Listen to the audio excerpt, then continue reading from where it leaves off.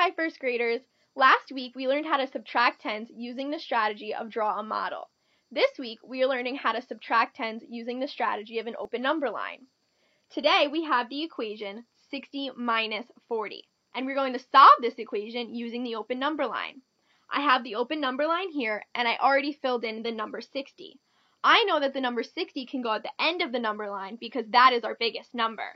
That is different than addition equations. Addition equations get bigger, so when I have an addition equation, I would always put it at the beginning of the number line.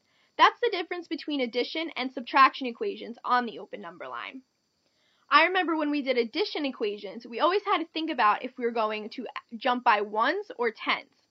I know here we're going to jump by tens because we have two multiples of 10. Do you see that here? I have two multiples of tens. So I know my jumps are going to be by tens. But how do I know how many tens I have to jump? I already used the number 60. So now I know I'm going to use the number 40.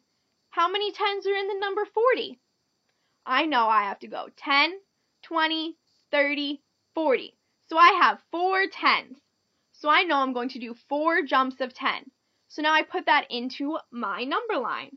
So I'm going to do 4 jumps. 1, 2, 3, 4. And I always put my arrow, so I did 4 jumps. Now I have to label my number line. I know my jumps are minus 10 because we're subtracting. So I label my jumps minus 10. Now I have to fill in my number line as well. I'm going to do each one of those minus 10 as well. So I have to subtract 10 from each number. So 60 minus 10 is 50. 50 minus 10 is 40. 40 minus 10 is 30.